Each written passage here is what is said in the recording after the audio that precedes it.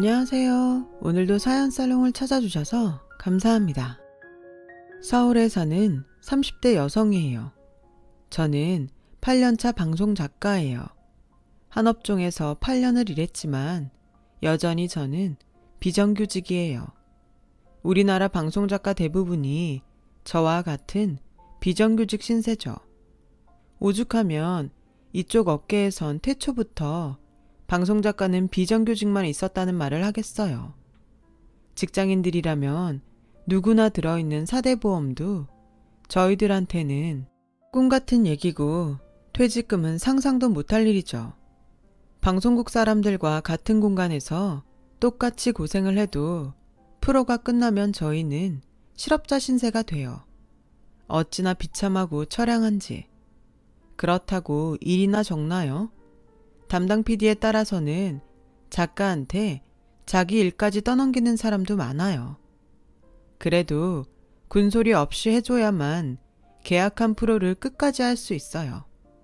하소연을 하자면 끝도 없답니다. 그런데도 이 일을 버리지 못하는 건 제가 만든 프로를 보고 위안을 받는 사람들 때문이에요. 특히 저희 부모님이 그렇죠. 아빠 회사가 망한 후로 20여 년간을 안 해본 일이 없이 고생하며 살아오신 부모님의 유일한 낙이 퇴근 후 TV 시청이거든요. 하루 종일 밖에서 온갖 서름을 당하고 버티신 두 분의 얼굴에 웃음꽃이 피어나는 시간이죠. 그 모습에 지난 8년을 버텨왔네요. 그런데 얼마 전 이런 제 일을 하찮게 생각하는 사람 때문에 잠시 이직을 고민하기도 했답니다. 바로 예비 시어머니 때문이죠. 이제는 전 예비 시어머니라고 해야 맞는 말이겠네요. 상견례 날 파혼을 했으니까요. 얘랑과 저는 방송국에서 만났어요. 당시 제가 맡고 있던 프로에 게스트로 의사를 섭외해야 했는데 그때 섭외된 의사가 바로 제 얘랑이었거든요. 담당 PD와는 대학 동문이라 연줄로 섭외를 한 경우였죠. 아직 인지도도 없고 젊어서 그런가 권위적이지 않고 싹싹한 게 사람이 좋아 보이더라고요. 그래서 이후에도 몇 번 같이 일을 하게 되었어요. 그렇게 일적으로 종종 만나다 보니 친근해졌고 술자리도 갖게 되면서 자연스레 가까워졌죠. 처음엔 학벌 차이도 나고 워낙 사는 형편이 달라서 사귈 생각은 꿈도 못 꿨는데 사람 마음이 어디 계획한 대로 흘러가나요? 결국 얼마 안 돼 우리는 사귀게 되었지 뭐예요. 막상 사귀고 보니 그저 평범한 30대 대한민국 남자더라고요. 다른 게 있다면 군 얘기 대신 병원 얘기를 더 많이 한다는 정도였죠.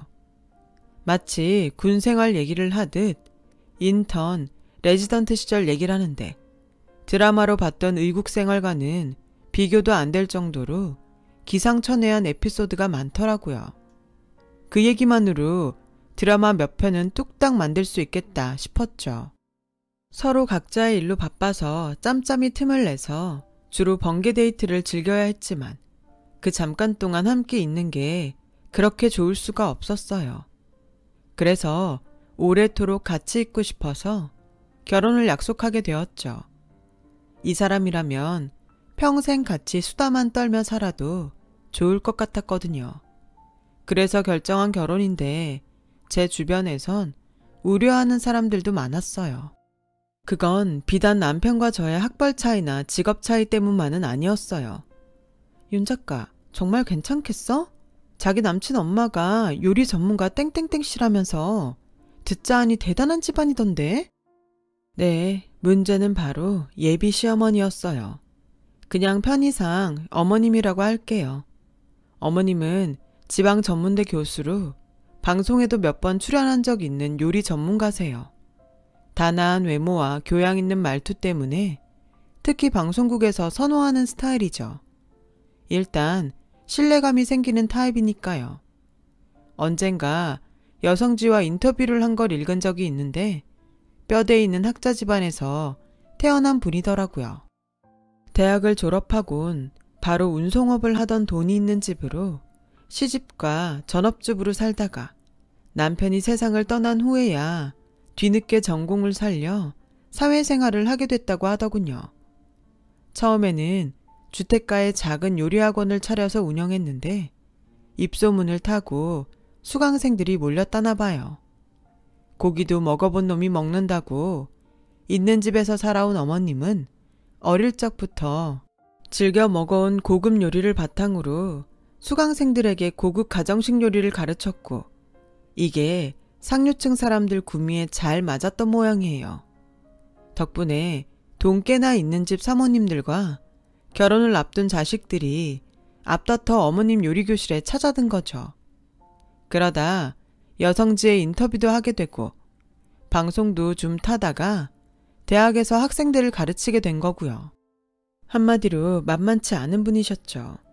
거기다 하나뿐인 아들까지 의사를 만들었으니 며느리 자리를 얼마나 선별해서 고르시겠어요. 저는 눈에도 안 찰 게 뻔했죠. 누가 봐도 한눈의 차이가 느껴지는 상황이다 보니 결혼 얘기가 나오고부터는 자꾸 주눅이 들더라고요. 그럴 때마다 얘랑은 걱정 말라며 호언장담을 했어요. 자기가 직접 만나보면 알겠지만 우리 엄만 직업으로 사람 차별하는 그런 분이 아니셔. 그러니 걱정 안 해도 돼. 오히려 자기처럼 열심히 사는 사람을 응원하는 분이신걸. 솔직히 얘랑 말을 100% 믿었던 건 아니었지만 적어도 아들이 이렇게 말할 정도면 평소 어머님 성품이 꽤 괜찮은 분임에 틀림없다고 생각했어요. 그래서 약간 기대를 하고 갔는데 어머님 얼굴을 본 순간 아, 이건 아니다 싶더라고요. 방송이나 잡지에서 봐왔던 인상과는 전혀 다른 얼굴이었거든요. 얘랑 말과는 완전 다른 분이셨죠. 뭐? 어디 대학을 나왔다고? 그게 어디에 붙어있는 대학이니? 됐다. 더 알아봐야 뭐가 달라진다고. 그래, 방송 작가라던데 그럼 방송국 정규직인 거니? 아니요, 프리랜서입니다. 뭐? 프리랜서? 어머어머, 말이 좋아 프리랜서지 비정규직이란 소리 하냐? 너 낯짝도 두껍다. 어쩜 그런 스펙에 내 아들을 넘보니? 아무리 염치가 없어도 그렇지? 됐다. 난 이 결혼 절대 허락 못해. 언감생심 어디 감히 내 아들을 넘봐? 정훈이 너도 정신 차려. 이 엄마 얼굴에 먹칠할 생각이니? 어디서 이런 걸 며느리감이라고 데려와? 사람 기막히게. 이봐요. 난 그쪽을 며느리 삼을 생각 없으니까 당장 내 집에서 나가줘요. 아, 혹시나 해서 하는 말인데 오늘 일 복수한답시고 방송가에 떠들어대면 나 바로 소송 들어가니까 알아서 하고. 그렇게 저는 예비시댁에 들어간 지 10여 분 만에 쫓겨나왔어요. 호언장담했던 얘랑은 오히려 저보다 더 충격을 받은 것 같더군요. 그러게 한국 남자들은 어쩜 그렇게 자기 엄마를 모르는 건지. 얘랑은 저를 집까지 데려다주는 내내 한마디도 하지 않았어요. 그리곤 헤어지기 전에야 이번 일은 정말 미안하다며 얼마간 시간을 주면 자기가 책임지고 엄마를 설득해 결혼 승낙을 받아내겠다고 하더군요. 솔직히 믿음은 안 갔지만 일단 얘랑 마음이라도 편하라고 알겠다고 했어요. 그날 그렇게 집에 돌아와 침대에 누웠는데 하염없이 눈물이 나더라고요. 그동안 방송국 일을 하면서 숱하게 부당해고를 당해봤던 나였지만 그때보다도 더 비참하고 서러웠거든요. 지금껏 게으름 한번 피우지 않고 열심히 살아온 제 인생을 한순간에 부정당한 것 같아서 좀처럼 울분이 가라앉지 않았어요. 그렇게 며칠이 지난 어느 날이었죠. 어머님이 먼저 전화를 하셨더라고요. 방송국 로비에서 잠깐 만나자고요.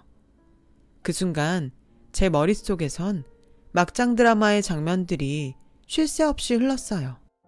컵에 든 물을 뿌리시려나? 설마 방송국 로비에서 내 머리채를 잡는 건 아니겠지? 그것도 아니면 혹시 돈 봉투?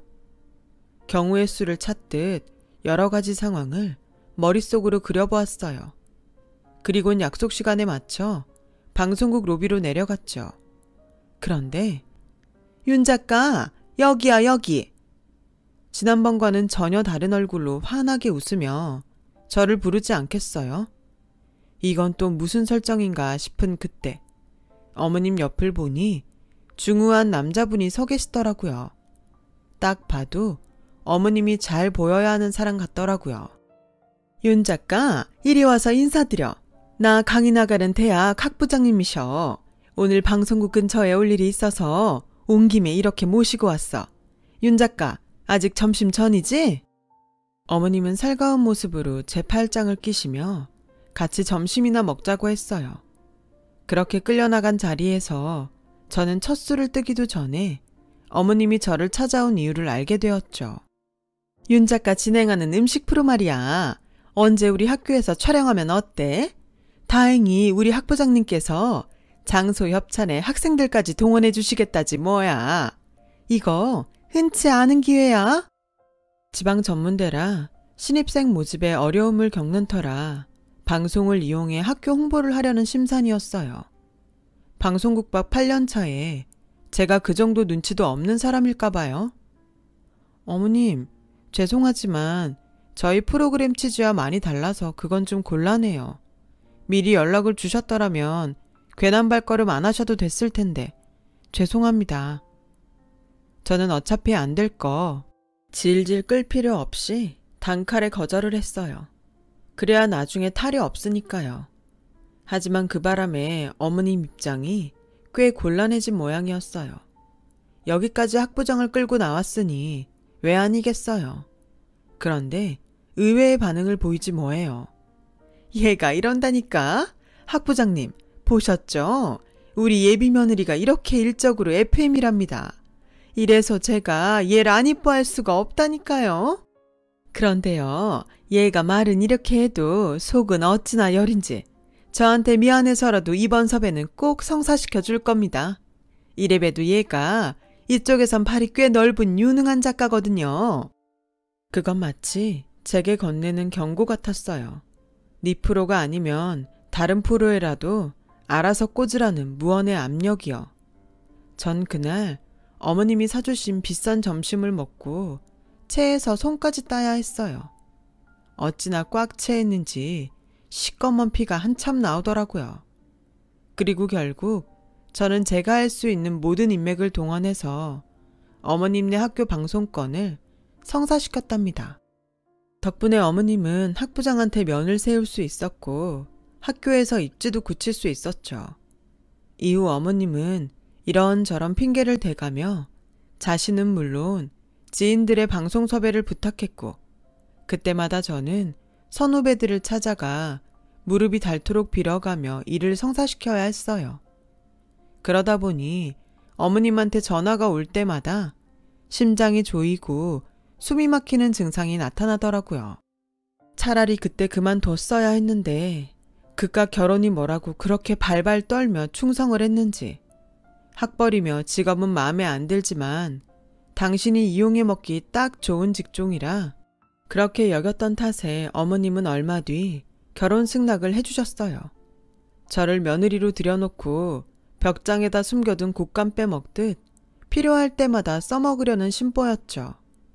그걸 알면서도 저는 제 발로 호랑이 입으로 들어갔던 거고요. 결혼만 하면 그땐 나도 내 할 말 하며 살겠다는 생각이었지만 지금 생각해보면 되도 않는 계획이었어요. 시월드가 어디 그리 녹록한가요? 어림없는 소리였죠. 아무튼 어머님께 결혼 승낙을 받은 뒤 얘랑도 우리 집에 인사를 드리러 찾아왔어요. 엄마는 오랜만에 음식 솜씨를 뽐내며 상다리가 휘어지게 한 상 차려내셨죠. 얘랑이 갈치조림을 좋아한다고 했더니 엄마표 갈침조림도 했더라고요. 저희 엄마는 갈치조림에 무 대신 감자를 깔고 하거든요. 그런데 이걸 본 얘랑이 그러는 거예요. 어머님도 갈치조림에 무 대신 감자를 넣으시나 봐요. 저희 어머니도 그렇게 만드시거든요. 갈치뿐만 아니라 모든 생선조림에 감자를 넣으셔서 그게 익숙해요. 그래요? 우리 친정에서 일하던 아가씨가 그렇게 하길래 배웠던 건데 입에 맞다니 다행이네요. 얘랑은 저희 엄마가 만든 갈치조림이 요리 전문가인 자기 엄마가 만든 것보다 훨씬 맛있다며 밥을 2공기나 뚝딱 해치웠어요. 그 모습에 엄마는 기분이 좋으셨는지 입가에 미소가 떠나지 않더라고요. 소탈하고 싹싹한 예랑의 모습이 꽤 마음에 드셨던 저희 아빠는 예랑의 손을 덥석 잡으시곤 부탁을 하셨어요. 이렇게 와줘서 고맙네. 못난 부모를 만나 우리 정원이가 그동안 고생이 많았어. 내가 사업만 말아먹지 않았어도 이런 고생은 안 시켰을 텐데 이제라도 멋진 신랑감을 만나게 됐으니 얼마나 기쁜지 모르겠네. 자넬 보니 난 이제 걱정이 없네. 앞으로 2 사람이 행복하게 살면 그걸로 우리 만족하네. 우리 정원이 좀 잘 부탁하네 김서방. 아빠는 촉촉해진 눈으로 얘랑 손을 한참이나 잡고 계셨어요. 주방에서 과일을 깎으며 그 모습을 지켜본 엄마의 눈가에도 어느새 눈물이 고이더라고요. 그동안 몰랐는데 그날 보니 그 사이 부모님이 많이 늙으신 것 같았어요. 언제나 당당하던 아빠는 어깨가 많이 구부러지셨고 팽팽하던 엄마의 눈가에는 어느새 주름이 잔뜩 잡혀 있더라고요. 그래서 부모님을 위해서라도 보란듯이 잘 살아야겠다 생각을 했어요. 하지만 얼마 뒤 이런 결심이 흔들릴 만한 사건이 일어났지 뭐예요. 어머님 강요에 못 이겨 선배가 하는 아침 프로에 짤막하게 인터뷰를 넣어드렸는데 다짜고짜 방송 당일날 빼달라고 성하지 뭐예요. 어머님, 정말 이러시면 곤란해요. 어머님이 부탁하셔서 어렵게 선배한테 부탁했던 건데 이제 와서 방송 당일날 인터뷰를 빼달라뇨. 이미 녹화본 편집도 다 끝나서 더 이상 손 못 대요. 예, 못하는 게 어딨니? 아직 방송에 나간 것도 아닌데 내 인터뷰 부분만 도려내면 될 거 아냐. 내가 오죽하면 이러겠니? 잔말 말고 가서 무릎을 꿇던 멱살을 쥐건 무슨 수를 써서라도 그 인터뷰 막아. 안 그럼 나 이 결혼 절대 허락 못하니까 알아서 하라고. 아, 그놈의 결혼이 뭐라고 이렇게 사람을 힘들게 하는 건지. 할 수 없이 저는 선배를 찾아가 울고불고 사정을 해서 겨우 어머님 인터뷰 부분을 삭제할 수 있었어요. 그 바람에 선배는 담당 PD한테 욕을 엄청 얻어먹어야 했어요. 그런데 그 일이 있고 얼마 뒤 당시 현장에서 어머님 인터뷰를 땄던 막내 작가한테 이상한 소리를 들었지 뭐예요. 우리 어머님이 학력 위조가 의심된다니 그게 무슨 소리야. 엄연히 대학 강의까지 하고 계신데 대학 측에서 그 정도 검증도 안 하고 강사 임용을 했겠어? 아무렴 제가 선배님한테 거짓말을 하겠어요. 그날 인터뷰 따면서 들어보니까 땡땡여대 식품영양학과 80학번이라고 하시더라고요. 근데 출연료 때문에 주민등록번호를 받아보니까 글쎄 65년생이더라고요. 그럼 15살에 대학에 입학했다는 건데 그게 말이 되냐고요. 근데 웃긴 건 졸업했다는 학교도 난생 처음 들어보는 대학이란 거예요. 아무리 인터넷을 뒤져봐도 안 나와요. 거기다 대학원도 일반 대학원이 아니라 학위 인정도 안 되는 평생 대학원인 거 있죠. 그래서 제가 그 건으로 연락을 드렸더니 다짜고짜 인터뷰를 빼달라고 그러시지 뭐예요. 처음엔 저 때문에 심기가 불편해서 그러신 게 아닌가 해서 쫄았는데 지나고 보니 인터뷰 편집한 게 차라리 잘 된 거다 싶더라고요. 그렇잖아요. 나중에 학력 위조 밝혀지면 우리가 덤탱이 쓰는 건데. 듣고 보니 이상한 점이 한두 가지가 아니었어요. 여성지 인터뷰만 해도 80학번이라고 했다가 다른 잡지에선 70년대에 대학을 다녔다고 하고 심지어 과도 다르게 적혀 있더라고요. 그때부터 어머님에 대한 제 의심은 시작됐어요. 그래서 어머님이 인터뷰했던 자료들을 모아 타임라인을 짜기 시작했죠. 그랬더니 모든 게 말도 안 되는 거짓말 투성이더라고요. 이렇게 어머님에 대한 의심이 꼬리에 꼬리를 물고 가던 즈음 드디어 상견례 날이 다가왔어요. 저는 부모님을 모시고 약속 장소로 향했어요. 남동생은 직장에서 바로 오기로 했고요. 도착해보니 예랑과 어머님은 아직 도착을 안 했더라고요. 엄마는 긴장이 되시는지 찬물을 연달아 2컵이나 드셨어요. 혹시라도 우리 집 형편이 기우는 탓에 결혼이 잘못되진 않을까 걱정하시는 눈치였어요. 아빠도 말은 안 하셨지만 내심 걱정을 하시는 것 같았죠. 잠시 뒤 예랑과 어머님이 룸으로 들어오셨고 양가 부모님은 처음으로 얼굴을 맞대고 인사를 나누게 되었죠. 그런데 엄마가 어머님을 보시더니 고개를 갸웃하시더라고요. 이상하게 왠지 낯이 익네요, 사부인. 그러자 어머님은 입술을 실룩거리며 그러더군요. TV나 잡지에서 보셨나 보죠. 그게 아니고서야 안사돈과 제가 만날 일이 있었겠습니까? 듣자 하니 식당에서 서빙하신다던데 대학 강단에서는 저랑 만날 일이 있었겠냐고요. 사는 형편이 다른데. 그 말에 엄마는 얼굴이 붉어졌어요. 네, 그러네요. 제가 실례를 했습니다. 아시면 됐습니다. 그건 그렇고 바깥사돈은 무슨 일을 하십니까? 듣자 하니 전에 사업을 하셨다던데. 아, 오래전에 운송업을 했었습니다만 접은 지 오래됐습니다. 지금은 지인의 건물 관리를 하면서 건물 청소를 하고 있습니다. 청소를 한다는 말에 어머님 얼굴이 확 일그러졌어요. 그러자 예랑이 눈치껏 끼어들었어요. 엄마, 아빠도 나 태어나기 전에 운송업 하셨다고 하지 않았어? 아버님, 이것도 인연이라면 인연 아니겠습니까? 그러자 어머님이 정색을 하시며 소리쳤어요. 어디 네 아빠 회사랑 비교를 해? 보아하니 트럭이나 몇 대 끌었던 수준인 것 같은데. 네 아빤 전주에서 제일 큰 운송회사 사장이었어. 네 증조부 때부터 대대로 물려받은 이름 있는 회사였다고. 어디 갖다 붙여도 저런 집구석이랑 비교를 해, 자존심 상하게. 제가 웬만하면 이런 말은 안 하려고 했는데요. 솔직히 이 자리 너무 불쾌합니다. 아니, 내 아들이 뭐가 부족해서 당신네 같은 집에 사위로 들어가야 합니까? 집안이 변변하기라나 며느리의 직업이 번듯하기라나 뭐 하나 눈에 차는 게 있어야 마음에 들죠. 하다 건물 청소부랑 겸상을 하게 될 줄 누가 알았겠습니까? 말이 나왔으니 말인데 저요, 이날이 때까지 저희 집 도우미랑도 겸상 한번 한 적 없습니다.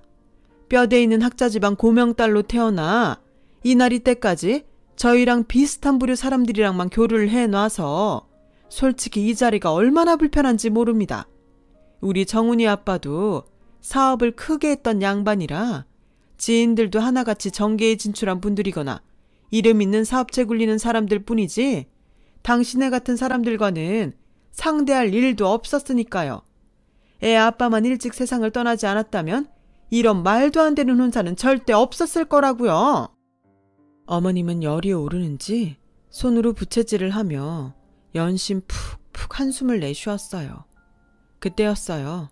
아빠가 뜬금없이 질문을 하셨죠. 두 분께서 하시던 회사 이름이 뭡니까? 다른 의도는 없습니다. 혹시 제가 아는 분이 아닐까 해서요. 전주에서 알아주는 땡땡운수였습니다. 순간 저희 부모님 눈이 둥그레졌어요. 아니 그건 제 회사 이름인데 도대체 어떻게 된 일입니까, 안사돈? 그때였죠. 엄마가 이제야 기억이 났는지 손바닥을 짝 치셨어요. 명자 씨 맞죠? 고명자. 우리 친정에서 일하던 그 고명자. 어쩐지 낯이 익다 했네. 아니 그런데 우리 애 아빠 회사가 왜 명자 씨 남편 회사라는 거야? 명자 씨 남편은 서 회장님 댁에서 일하던 운전기사 아니었어? 그 집 둘째 딸이랑 내가 여고 동창이라 들어서 알고 있는데 말이야. 그러자 어머님은 얼굴이 새빨갛게 달아올라선 자리를 박차고 일어났어요. 그런 어머님을 잡아 세운 건 저희 엄마였어요. 어딜 가? 나랑 할 얘기 남았잖아. 우리 집 일 그만두고 나가던 날 내 방에서 훔쳐간 보석함 기억나지? 내가 시집가기 전에 거기에 반지며 목걸이, 심지어 이이랑 첫 데이트 때 받았던 귀걸이까지 다 넣어뒀는데 그거 자기가 들고 나갔다며? 그뿐이야? 내 학생증 들고 다니며 대학생 행세하고 다녔던 것도 내가 다 기억해. 그런데 뭐? 뼈대 있는 학자지방 고명딸? 그게 어떻게 자기야? 내가 바로 그 집 고명딸인데 자긴 아직도 내 행세하며 사니? 그런 주제에 우리 집 형편을 들먹이며 시건방을 떨어? 뭐? 청소부랑은 겸상을 안 해? 이게 어디서 대먹지 않은 짓거리야? 그래놓고 뭐? 남의 남편까지 자기 남편을 둔갑시켜 부부 행세를 해? 명자씨, 미친 거 아니야? 어쩜 사람이 이럴 수가 있어? 고래 대학 교수는 중학교도 못 나온 거 다 알고 있는데 도대체 자기 정체가 뭐야? 말해봐. 뭐 이렇게 된 거 솔직히 말할게요. 네, 저 그동안 언니 학생증 이용해서 요리학원도 차렸고 덕분에 돈도 좀 벌었네요. 그치만 어디까지나 내 실력으로 이 자리까지 온 거지 언니 덕 본 거 없어요? 그리고 의사 아들 가진 부모가 이 정도 유세도 못 떨어요? 내가 병원을 차려오랬어. 서울에 아파트를 마련하랬어. 기울어도 한참 기우는 혼사를 넓은 아량으로 참고 받아주겠다는데 뭐가 불만이라는 거예요? 없는 주제에 어디서 자존심이야? 정 그렇게 뻗대고 싶으면 당장 이 결혼 그만두면 되겠네요. 아쉬운 게 누군데 그래? 별것도 아닌 주제들이 어디서 감히 큰 소리야? 뻔뻔해도 유분수지. 어머님은 오히려 큰 소리를 쳐대며 기세 등등했어요. 뻔뻔한 건 어머님 아닌가요? 아니, 지금 우리가 어머님의 예전 모습을 들먹이는 게 아니잖아요. 왜 그렇게까지 사람 무시하고 깔아뭉개야 되는 거예요? 능력이 좋아서 자기 능력으로 거기까지 갔다고요? 그럼 왜 학력 위조를 합니까? 왜 우리 엄마 학생증을 도용해요? 범죄자 주제에 어쩜 그리 당당해요? 학력 위조의 사칭까지. 그거 형사처벌감인 건 아시죠? 죄를 짓고도 사과는커녕 뻔뻔하게 나오시니 덕분에 우리도 망설임 없이 소송 걸 수 있겠네요. 그리고 결혼은 이쪽에서 거절할게요. 아무리 생각해도 당신 같은 사람을 시어머니로 모실 자신이 없거든요. 전 앞으로도 방송 일 오래 하고 싶은데 어머니 며느리라고 하면 누가 절 써주겠어요? 퇴출감 1호인데. 모르긴 해도 앞으로 줄 소송 걸리실 테니 마음 굳게 먹고 참회하시길 바랄게요. 그제야 그동안 자신이 쌓아온 게 날아갈 판이란 걸 눈치챈 어머님은 무릎을 꿇고 싹싹 빌기 시작했어요. 하지만 저희 부모님은 눈길 한번 안 주시고 밖으로 나가셨어요. 얼마 뒤 어머님은 학력 위조 사실이 알려지면서 모든 걸 다 잃었어요. 대학 강의도 잘리고 자신의 이름을 걸고 하던 요리학원 간판을 내렸죠. 그리고 하나밖에 없는 아들도 모친과 연을 끊고 병원을 옮겼다더라고요. 견고한 줄 알았던 어머님의 성은 그렇게 한순간에 무너지고 말았어요. 거짓말로 이룬 허상은 한순간에 물거품이 돼버린 거죠. 파혼 후 저는 다시 일상으로 돌아왔고 프리랜서 방송 작가로 더 열심히 일하고 있습니다. 저를 위해서 그리고 최선을 다해 당당하게 살아오신 부모님을 위해서요. 제가 만든 방송을 보고 하루의 피로를 푸는 부모님이 계셔서 오늘도 힘차게 달려보겠습니다. 지금까지 제 사연을 들어주셔서 감사드려요. 여러분, 사연 댓글에 응원과 현명한 조언 부탁드려요. 좋아요와 구독은 저에게 큰 힘이 됩니다. 오늘도 좋은 일 가득하세요.